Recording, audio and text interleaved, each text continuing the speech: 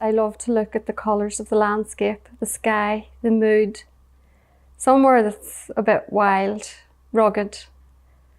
And I like to go there with my sketchbook. And the main thing for me is to really sense the place, the atmosphere. I like to capture that moment and recreate the mood in my felt artwork. So when I'm there, I observe the light and the animals, nature. I enjoy sketching because it's escapism. I forget about everything else and I just get engrossed in that landscape.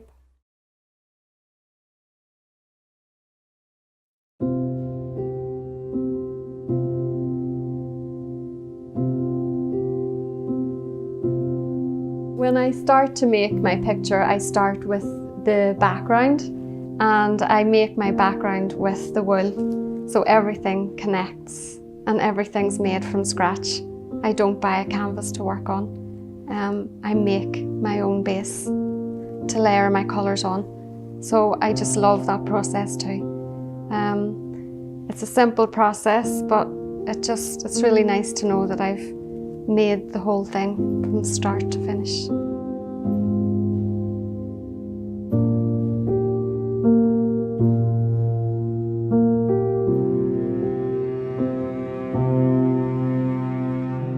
The colour process is a very important part of my work. A picture to me isn't right until I've got the colours right. So I like to spend a bit of time working with the wool to create my own colours. And I do that with carders. Carders are traditionally for combing wool, but I use them to mix my colour. I love the softness of the wool and creating different textures and marble effects with the brushes and the carders. So I can use silks to get nice highlights, and I can use bright colours as well to get the effect of light. I love the fact that it's hair and it's not paint, and the fact that you can see the strands of hair and fibres.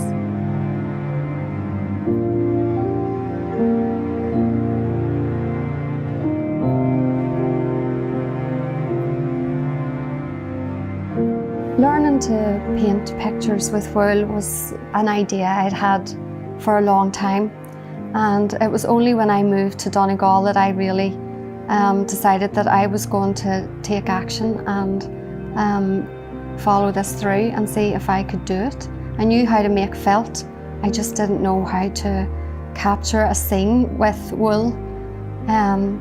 So I really studied my surroundings, and I just had a passion. I just had this desire to create the things, the environment that I was seeing around me. And because I already knew how to work with wool, I decided that I was really going to push this idea and make it work. I was going to paint wool pictures that were atmospheric and they were coming from the heart.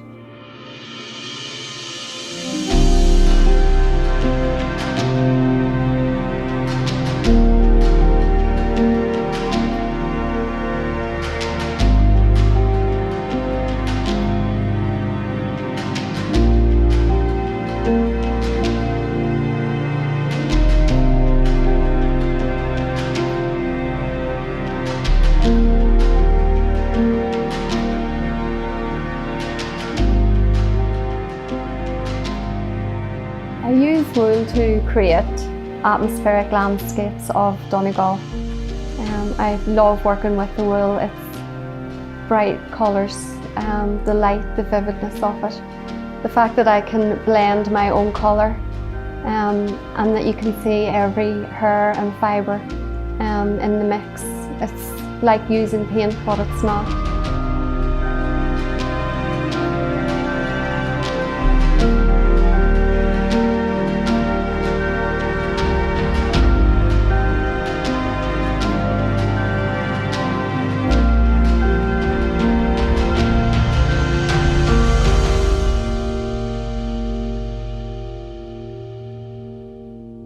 I layer colours onto the white background. I do that by layering wools that I've already mixed, and I usually start with the sky. The sky is very important. It sets the scene and the mood for the whole picture. The light, the colour, everything comes from the sky. Is it a stormy sky? Does it capture a season, the light, the day, night? Once I've got that right, the colours and the picture usually flows quite well.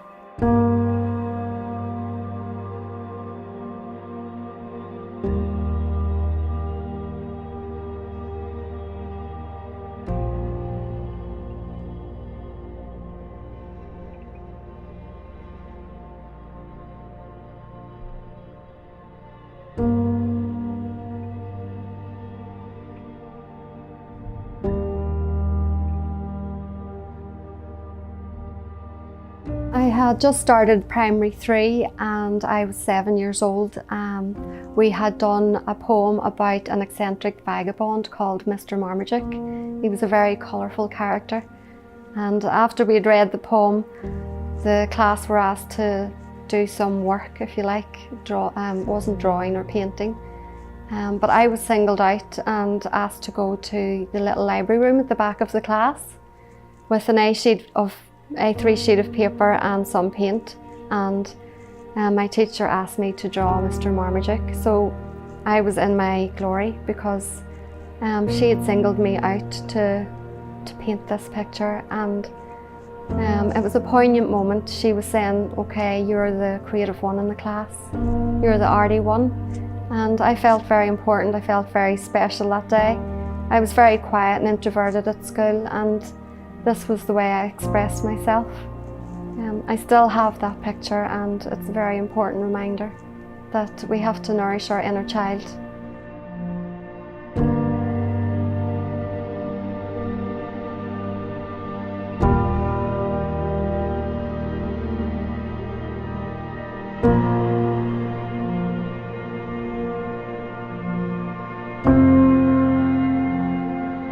My picture is at a very vulnerable stage when it's just been layered with wool. It's lovely and fluffy, and the next stage is that those fibres have to be matted together so that it stays as one piece. I do this by using friction and soapy water. So I use a bamboo mat and I roll the fibres up in the mat with the soap and water. The scales in the hair open, and when they close they lock together, and that is the hand felting process.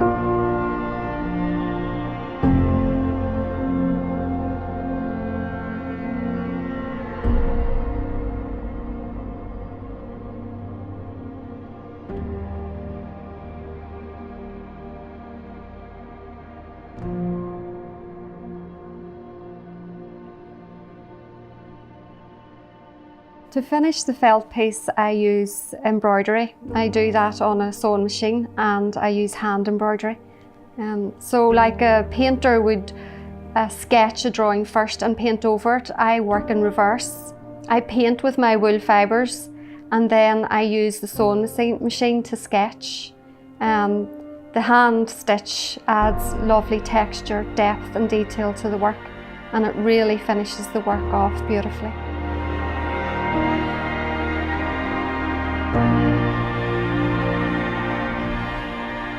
A hand stitch could just bring a door to life.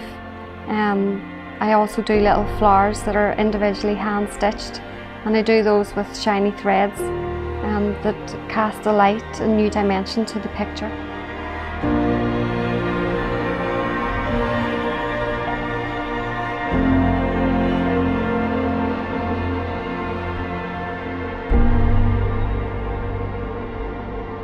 Each piece of finished artwork is photographed.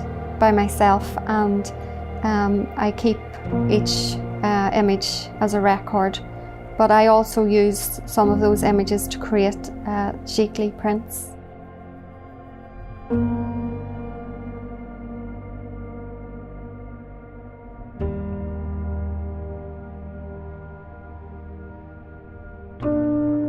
It's important for me that my work is preserved, so I use good materials for framing. The pieces are hand stitched onto conservation backing board, and they're framed in a very simple way that just highlights the colours and shows the work off to its best potential.